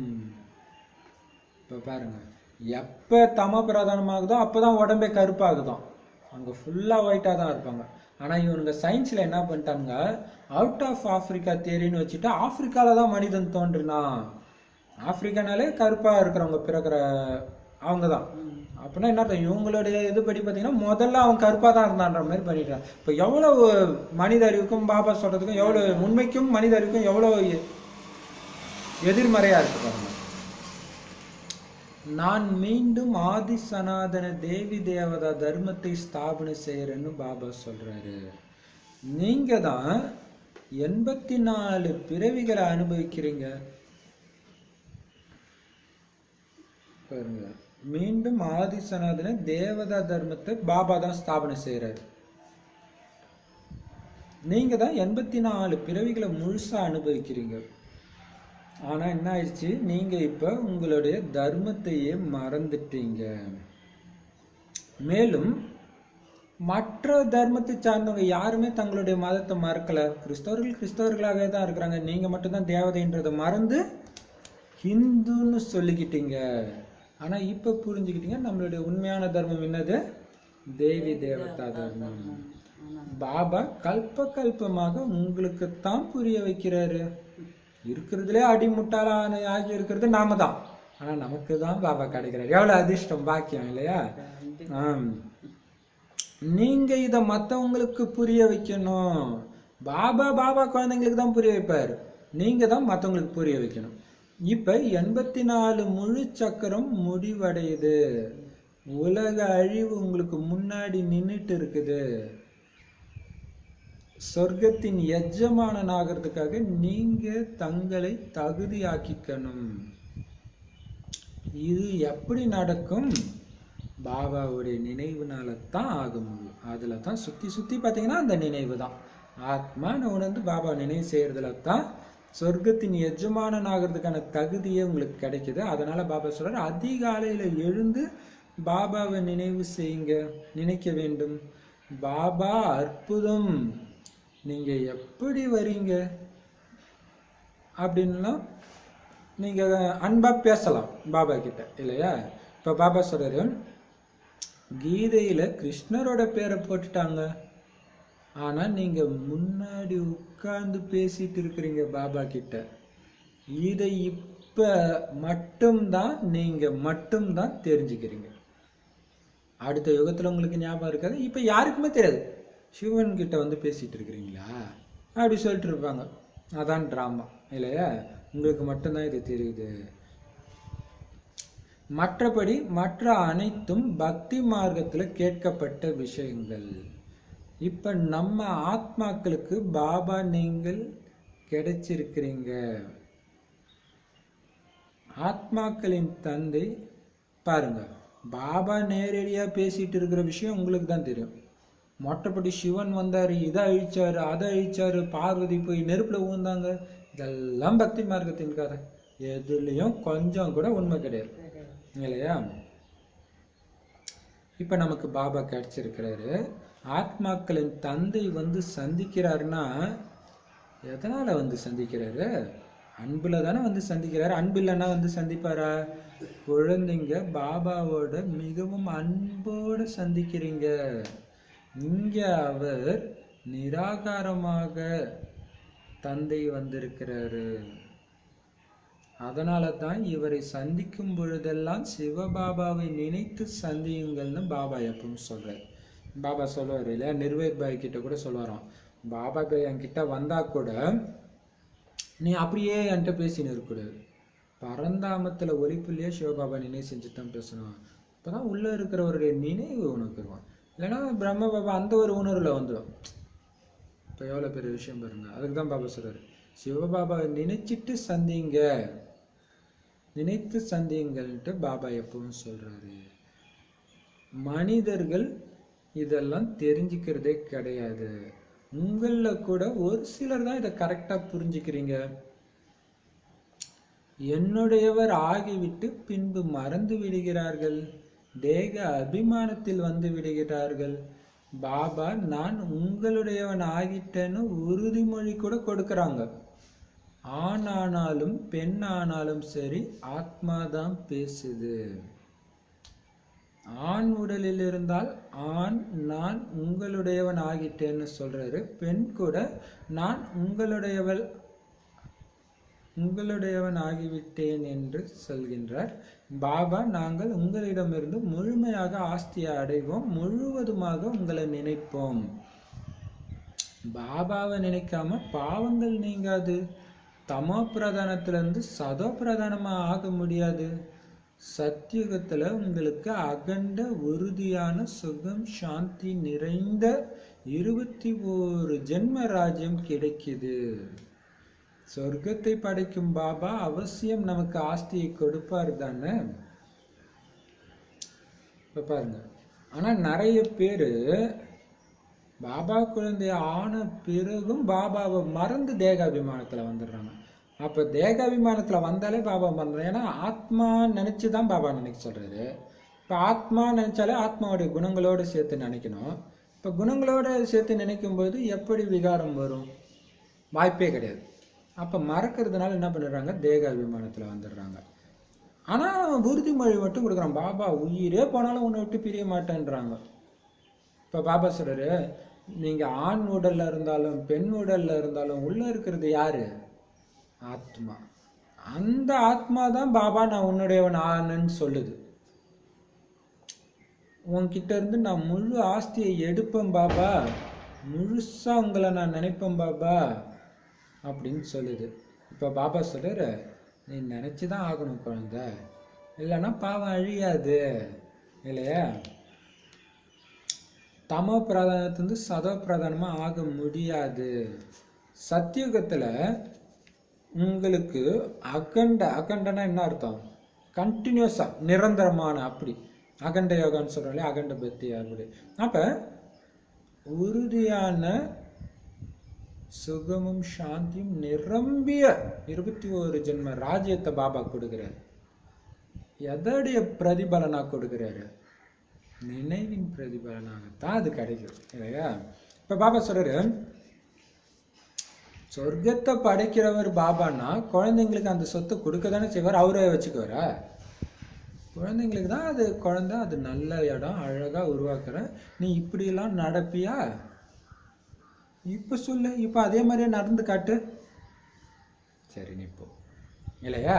அதுதான் அப்படி நமக்கு அந்த ஞானத்தை கொடுத்து குணமா மாத்துறத பார்க்கிறார். பார்த்துட்டு ஆஸ்தியை கொடுக்கிறார்.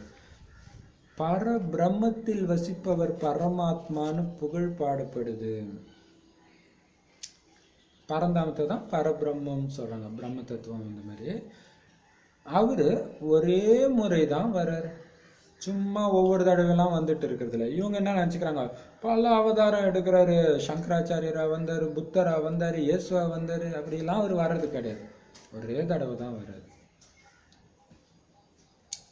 இது புரிஞ்சிக்க வேண்டிய விஷயம் தானே. சிலர் புரிஞ்சிக்கிறதே கிடையாது. ஒரு மாதாஜி அப்படிதான் கிளாஸ் எடுக்கிற இடத்துல கேட்குறாங்க, சீரடி சாய்பாபா கோயிலுக்குலாம் போகக்கூடாதா? எல்லாம் பாபா தானே பிரதர் அப்படின்றாங்க இல்லையா? ஆனா ஒரு 2-3 மாசம் ஆகுது, இதெல்லாம் அப்படி புரிஞ்சுக்கிறாங்க, என்ன பண்றது? சரி, இப்போ பாபா சொல்றாரு, அதான் பாபா சொல்றாரு, சிலர் புரிஞ்சுக்கிறதே கிடையாது, பாபா குழந்தை ஆகியும் சிறிது நாள் போனா கண்ணு திறக்கும். ஆன்சர் சொல்லிட்டாரு, இன்னும் கொஞ்ச நாள் ஆகணும் அவங்களுக்கு, கண்ணு திறந்துடும், மிகப்பெரிய சண்டை நடக்கும். பாபா இங்க சொல்றது அந்த போற பார்த்தவனே கண்ணை திறக்கிறது சொல்றாரு. உண்மையில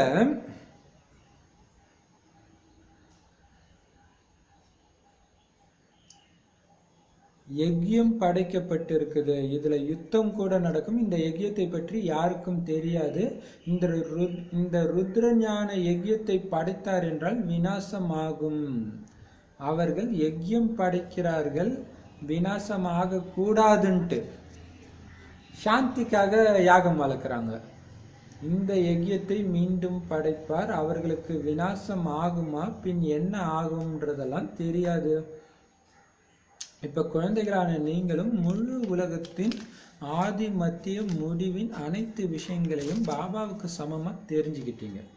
ஆனா வரிசை கிரமமா அனைவரின் எல்லையற்ற ஜென்ம கதையும் தெரிஞ்சுக்கிட்டீங்க.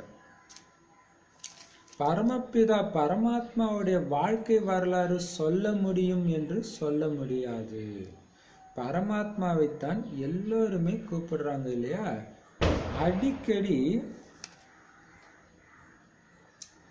அடிக்கடி பாபாவை நினைக்கிறாங்க. குழந்தையே பகவான் தான்ப்பா கொடுத்தாருன்னு சொல்றாங்க. இது செஞ்சாரு, அது செஞ்சாரு, வேலை வாங்கி கொடுத்தாரு, வீடு கட்டி கொடுத்தாரு, இப்படிலாம் சொல்றாங்க. இப்ப பாபா சொல்றாரு, யாருடைய பொருளோ ஒருவேளை குழந்தை இறந்துருச்சு அப்படின்னா கடவுளே திருப்ப எடுத்துக்கிட்டாருன்னு நினைக்கிறாங்க. அப்படியும் சில புத்திசாலிகள் இருக்கிறாங்க, அநேக விதமான மனிதர்கள் இருக்கிறாங்க. இப்ப உங்களுக்கு பாபா கிடைச்சிருக்கிறாரு அப்படின்னா பாபாவை மட்டும்தான் நினைக்கணும். பாபாவை நினைக்க நினைக்க ஆத்மா அப்படி ஒரு திருப்தி அடையும், முழுமை நிலை அடையும். அப்ப மற்றதை நினைச்சீங்கன்னா மீண்டும் மீண்டும் இன்னும் வேணும், இன்னைக்கு ஒரு நல்ல தோசை சுட்டு சாப்பிட்டா நாளைக்கு இதை விட டேஸ்டா சொல்லணும்னு வந்துகிட்டே தான் இருக்கும் இல்லையா? அது மாதிரி இந்த உலகியல் விஷயங்கள் எல்லாமே ஐம்புலன்களை யாராலையும் திருப்திப்படுத்த முடியாது. அதுக்கு தான் ஐம்புலன்களை உங்க கட்டுப்பாட்டில் வச்சு ஆத்மாவை எஜமானாக்குங்க, பாபாவை மட்டும் அதுக்குள்ள போட்டு வைங்க. பாபாவை மட்டும்தான் நீங்க நினைக்கணும். பாபாவுடைய நினைவுல மட்டும்தான் உங்களுக்கு வருமானம் இருக்கு. மற்றது எல்லாம் செலவு தான்பா. யோகா பண்ணிட்டு நீங்க போய் மீண்டும் விஷயம் விகார விஷயத்த பேசுறீங்க, பாக்குறீங்க, கேட்குறீங்க, நினைக்கிறீங்கன்னா சேர்த்ததெல்லாம் செலவு பண்ணிட்டீங்கன்னு அர்த்தம். அதுக்கு தான் பாபா சொல்றாரு. சரி, இப்ப பாபா சொல்றாரு, இப்ப யாரும் புரிஞ்சுக்கிறது கிடையாது கடவுள் வந்துட்டாருன்ற விஷயத்த. ஒரே தடவை தான் வராருன்ற விஷயத்த. ஆனா அழிக்கும் கடவுள் சிவன் கரெக்டா சொல்லி இருக்கிறாங்க. ஏன்னா அழிவு டைம்ல தான் அவங்க புரிஞ்சுக்குவாங்க கடவுள் தான் வந்திருக்கிறாரு. இவங்க சொன்னாங்களே, வருஷம் வேற சொன்னாங்களே இல்லையா?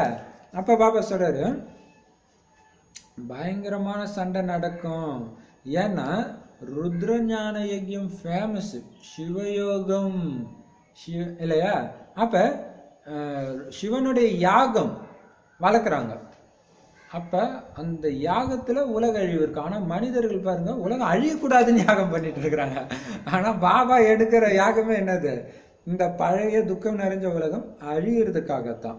இதன் மூலமாக தான் சுகம் நிறைந்த ராஜ்யம் உருவாக போகுது. இப்ப எல்லாம் புரிஞ்சுக்கிட்டீங்க. பாபா கிட்ட இருக்கிற அத்தனை ஞானத்தையும் உங்ககிட்ட கொடுத்துட்டாரு. அதனாலதான் அவரை கள்ளங்காப்பிடமற்றவன்னு சொல்றாரு. இந்த குழந்தை என்ன மதிக்குமா மதிக்காத, இதை பத்திலாம் யோசிக்கிறதே இல்லை. இவ்வளவு சொல்லிட்டா என்ன ஆயிடும், நம்ம கண்ட்ரோல்ல வச்சுக்கணும்ல, அப்படிலாம் எதுவுமே பண்றதில்ல, எல்லாத்தையும் கொடுத்துறாரு. இப்ப சாட்சாத்காரம் காட்டுற சாவியை மட்டும்தான் கொடுக்கல. ஏன்னா இப்பவே நிறைய பாபாவுக்கு வந்துங்க எனக்கு இவ்வளவு சக்தி வந்துச்சு அப்படி சொல்லிட்டு இருக்கிறாங்க.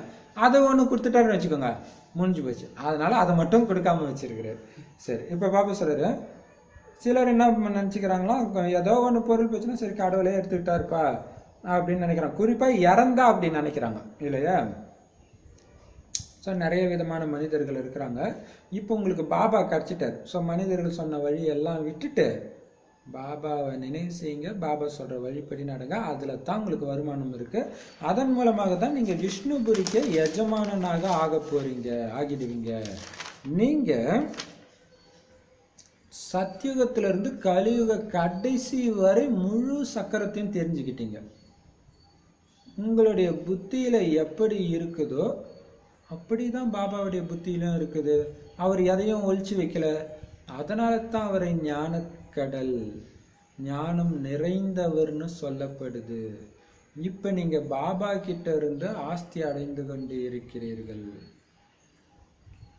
நீங்க குழந்தைங்க உறுதியாக நிலையாக இருக்கணும். மாயா வந்து அடிக்கடி கீழே தள்ளிச்சுன்னு இருக்கக்கூடாது. தொட்டாசி நீங்கியா இருக்கக்கூடாது. சமயம் நெருங்கிட்டு இருக்குது. இந்த நேரம் விழுந்தீங்கன்னா பாபா சொல்றாரு, இது உங்களுக்கு சமஸ்காரம் ஆச்சுன்னா கடைசியில சத்தியமா விழுவீங்கன்றாரு. அப்ப பச்சாதாபப்பட்டு பிரயோஜனம் கிடையாது. அதனால அடிக்கடி பாபா என்ன மாயா தள்ளிச்சுன்னு சொல்லிட்டு இருக்கக்கூடாது. டைம் கிட்ட வந்துருச்சு, நீங்க நம்முடைய புருஷார்த்தம் முடிஞ்சிடுச்சு அப்படின்னு பார்ப்பீங்க. அப்பதான் அழுவோம், ஐயோ இன்னும் டைம் இருக்குதுன்னு நினைச்சனே, அதுக்குள்ள வந்துருச்சே அப்படின்னு பார்ப்பீங்களாம். காட்சி காட்சோன்னா முடிஞ்சு போச்சு. அவர் எப்ப நீ இந்த பதவின்னு காட்சி காட்டுறாரோ அவ்வளவுதான், அதுக்கப்புறம் எதுவும் பண்ண முடியாது. கடைசி நேரம் வந்து விட்டது. நல்லது, நல்ல பெரிய விஷயம். எவ்வளவு எச்சரிக்கையா இருக்கணும் அப்படின்னு சூப்பரா பாபா சொல்றாரு. இனிமையிலும் இனிமையான குழந்தைகளே, தாய் தந்தை பாப்தாதாவின் அன்பு நினைவுகள், மேலும் காலை வணக்கங்கள். ஆன்மீக குழந்தைகளுக்கு ஆன்மீக தந்தையின் நமஸ்தே. தாய் தந்தைக்கு ஆன்மீக குழந்தைகளின் அன்பு நினைவுகள் மற்றும் நமஸ்தே. தாரணைக்கான முக்கிய சாரம்: ஆன்மீக கல்வியை கற்று உண்மையான வருமானம் செய்து மற்றும் மற்றவர்களையும் செய்ய வைக்கணும். ஆன்மீக ஞானத்தையும் கொடுக்கணும், வருமானம் செய்ய வைக்கணும். அதான் நினைவு. வீட்டுக்கு போகணும், பரந்தாம வீட்டுக்கு போகணுங்கிற செய்திய எல்லோருக்கும் கொடுக்கணும், எழுப்பணும். இப்ப எந்த பாவ கர்மமும் செஞ்சிடக்கூடாது. பாவத்தை அழிக்கிறதுக்காக தான் நாம வரோம் இல்லையா? இப்ப போய் நீங்க எந்த பாவமும் செஞ்சிடக்கூடாது. இப்ப பாபா சொல்றாரு,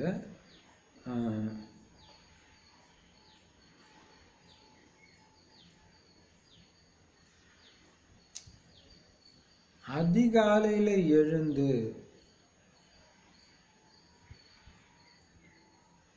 பாபாவை மிகவும் அன்போடு நினைக்கணும். சின்ன சின்ன விஷயங்களுக்கெல்லாம் தொட்டாசி நீங்க ஆகக்கூடாது. உங்க நிலை ஆடாது அசையாது இருக்கணும். பாருங்க, பாபா சொல்ற அதிகாலையில இருந்து பாபாவை எவ்வளவு முடியுமோ அவ்வளவு அன்பா நினைங்க. சின்ன சின்ன விஷயங்களுக்கெல்லாம் தொட்டாசி நீங்க ஆகிடாதீங்க.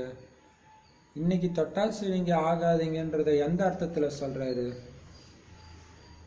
மாயா கிட்ட டக்கு டக்குன்னு விழுந்துறத சொல்றாரு. கோபப்படுறது அது ஒரு சில நாள் சொல்லுவாரு, அந்த அர்த்தத்திலும் தான். பட் கோபம் மட்டும் மாயா கிடையாது, எல்லாத்துலயும் தான். சும்மா தொட்டதுக்கெல்லாம் டக்கு டக்குன்னு 5 விகாரத்துல விழுறதும் மாயா தான் இல்லையா? அப்ப இப்போ ஒரு குழந்தை முகத்தை பார்த்தோன்னே ஆன்னு மறந்துட்டோன்னா தொட்டாசி நீங்க தான். அதுதான், அப்படி இருக்கக்கூடாது. உங்க நிலை ஆடாத அசையாதான் இருக்கணும். மகாவீர் ஹனுமான் சொல்றாரு இல்லையா, என்னானாலும் சரி நினைவை விட்டுறக்கூடாதுன்றது. எவ்வளவு பெரிய விஷயம். வரதானம், மனதால் மகாதானத்தின் மூலமாக ஒவ்வொரு எண்ணத்தின் சித்தியையும் அடையக்கூடிய மாஸ்டர் சர்வ சக்திவான் ஆகுங்கள். மனதின் மகாதானத்தின் மூலமாக ஒவ்வொரு எண்ணத்தின் சித்தியையும் அடையக்கூடிய மாஸ்டர் சர்வ சக்திவான் ஆகுங்கள். அதுக்கு விளக்கம், எந்த குழந்தைங்க எண்ணத்தின் மூலமாக சக்திகளை தானம் செய்யறாங்களோ அவங்க தான் மாஸ்டர் சர்வ சக்திவான்ற வரத்தை அடைகிறார்கள். சூப்பரா சொல்றாங்க. ஏன்னா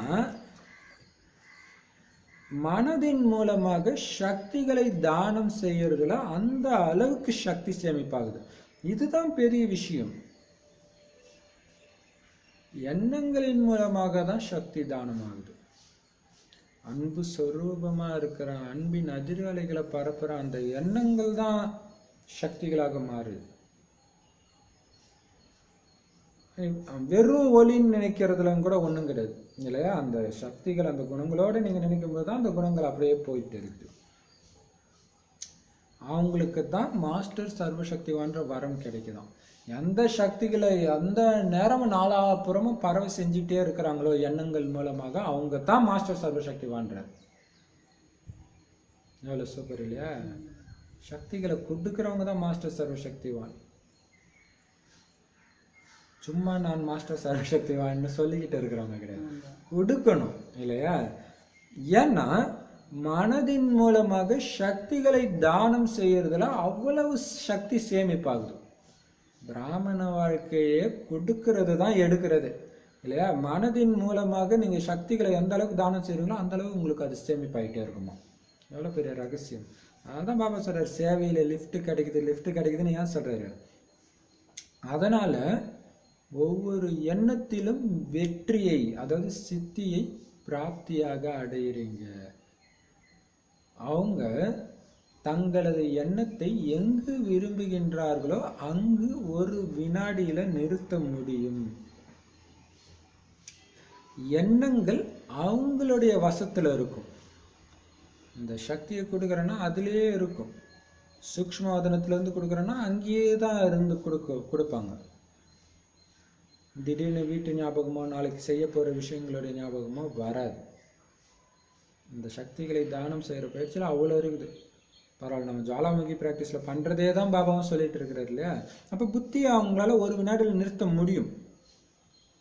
ஏன்னா எண்ணங்களே அவங்க கட்டுப்பாட்டுல இருக்கும். அவங்க இஷ்டம் இல்லாமலாம் எண்ணங்கள் வராது. அவங்க தன்னுடைய எண்ணங்களின் மீது வெற்றி அடைஞ்சதுடைய காரணத்தினால சஞ்சல எண்ணம் கொண்டவர்கள் கூட சிறிது நேரத்திற்காக தமது எண்ணங்களை நிலையாக வைத்து சாந்தி அடைய முடியும். அப்ப அவங்க எதிரில் ஏதோ ஒரு விகாரத்துல மாட்டி சஞ்சலம் அடைஞ்சு வந்திருக்கிறாங்க, அவங்க கூட மெய் மறந்து அமைதி அனுபவம் செய்ய முடியும். அவங்களுடைய எண்ணங்கள் நிலையானாதான் அமைதி வரும். அப்ப இவங்களுடைய எண்ணங்கள் போய் அந்த பிரபாவத்தை ஏற்படுத்தி அவங்களுடைய எண்ணங்களை நிலைக்க வச்சு சாந்தி அனுபவம் செய்ய வைக்க முடியும். அந்த மாதிரி வெற்றியாளர்களாக உங்களுடைய எண்ணத்துல வெற்றி அடையக்கூடிய சர்வ சக்திவானாக ஆகுங்க. அதுக்கு ஆதாரம் எது? மனதின் மூலமாக எண்ணங்களை ஒரு வினாடி விடாம தானம் செய்யற மகாதானி அந்த நிலையில தான் இருக்கு. அவ்வளவு பெரிய விஷயம் இல்லையா? ஸ்லோகன்: நிரந்தரமா ஒரு பாபாவுடைய தொடர்புல மட்டும் நீங்க இருந்தீங்கன்னா தீய தொடர்புல வந்து ஆட்டோமேட்டிக்கா காப்பாற்றப்படுவீர்கள்.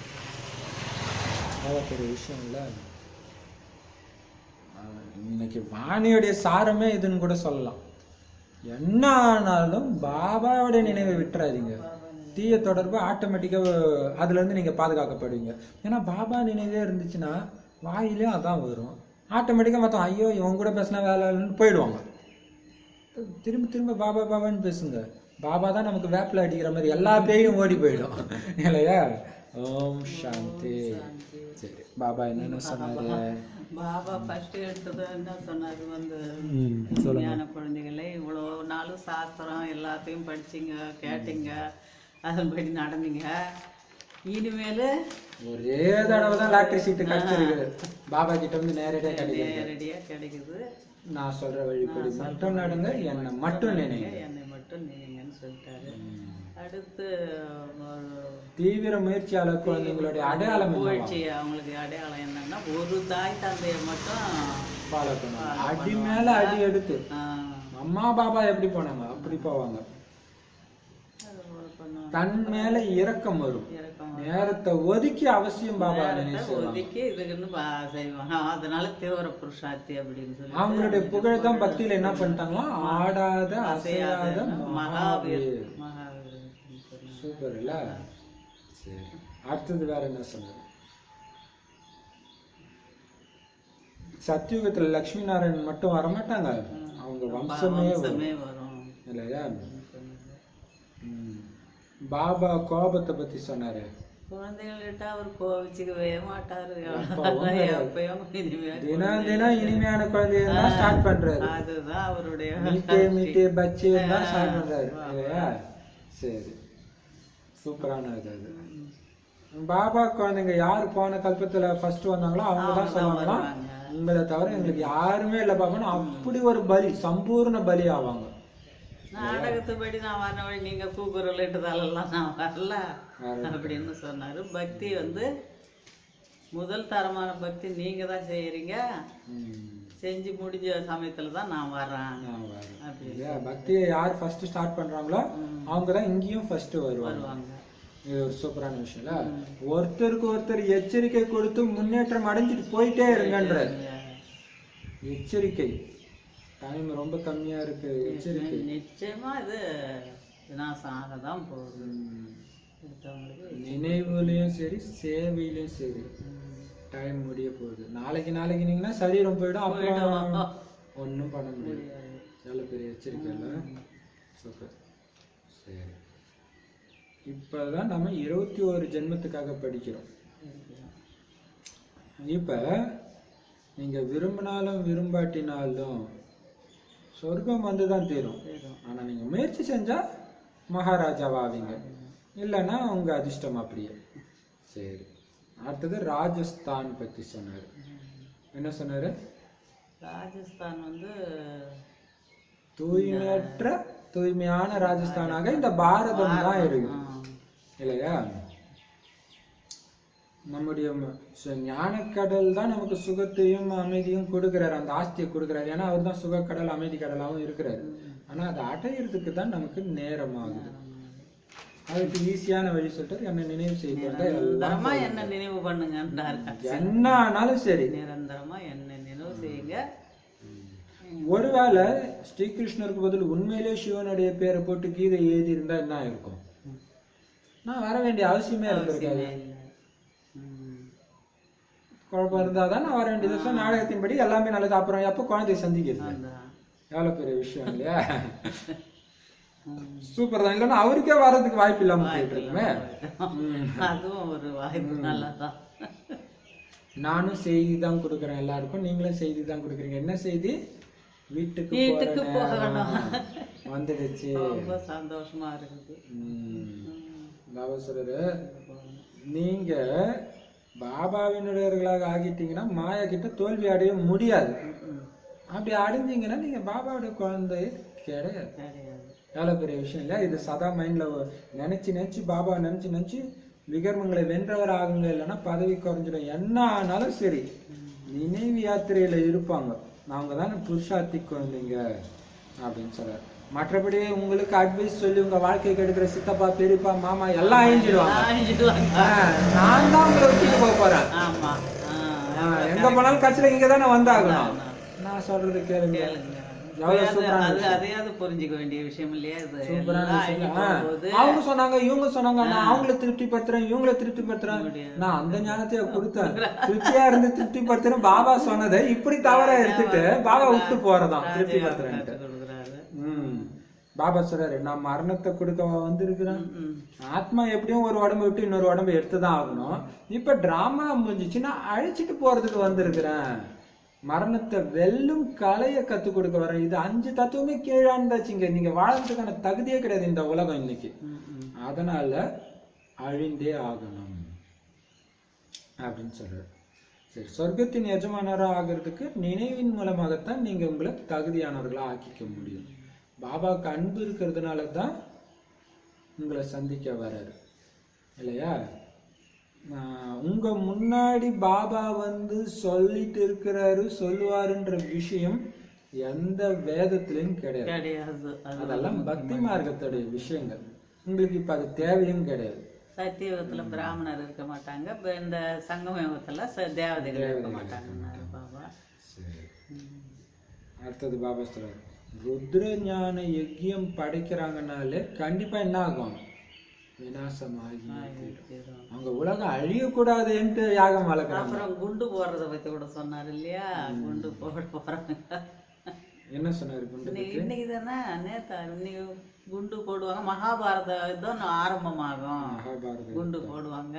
முன்னாடி இருக்குது, எதிரிலே இருக்குது இல்லையா? சரி, அடுத்தது வரதானம் என்ன சொன்னாரு? சரி, அதுக்கு முன்னாடி இது சொன்னாரு, குழந்தைங்க பாபா கிட்ட இருந்து ஆஸ்தி அடைஞ்சே ஆகணும்ன்றதுல உறுதியா நிலையா இருக்கணும். மாயா இப்ப தலிச்சு பாபா அப்படி தலிச்சு பாபா இதெல்லாம் இருக்கக்கூடாது. நேரம் நெருங்கிச்சுன்னா கடைசி நேரத்துல வந்து இல்லையா?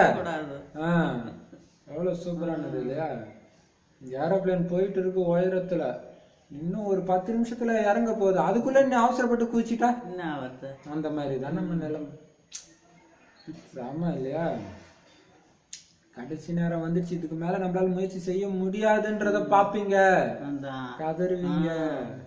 சரியான எச்சரிக்கை இல்லையா? சரி, வரதானம் எண்ணத்தை எந்த நேரம் எங்க நிலைக்க விரும்புறீங்களோ அந்த அளவுக்கு நிலைக்க முடியணும். நீங்க நினைத்ததெல்லாம் நடக்கணும். மற்றவர்களுடைய எண்ணத்தை கூட அப்படி மம்மா மாதிரி நிறுத்த வைக்க முடியணும். அப்படின்னா அதுக்கு நீங்க என்ன பயிற்சி பண்ணணும்? ஒரு வினாடி விடாம எண்ணங்கள் மூலமாக சக்திகளை தானம் செய்யக்கூடிய பயிற்சி பண்ணிக்கிட்டே இருக்கும். அப்படி இருந்தாதான் அந்த சக்தி கிடைக்கும். ஸ்லோகன், ஒரு பாபாவுடைய தொடர்புல மட்டும் இருந்தீங்கன்னா வீரிய தொடர்புல இருந்து ஆட்டோமேட்டிக்காவே பாதுகாப்பா இருப்பீங்க. ஓம் சாந்தி.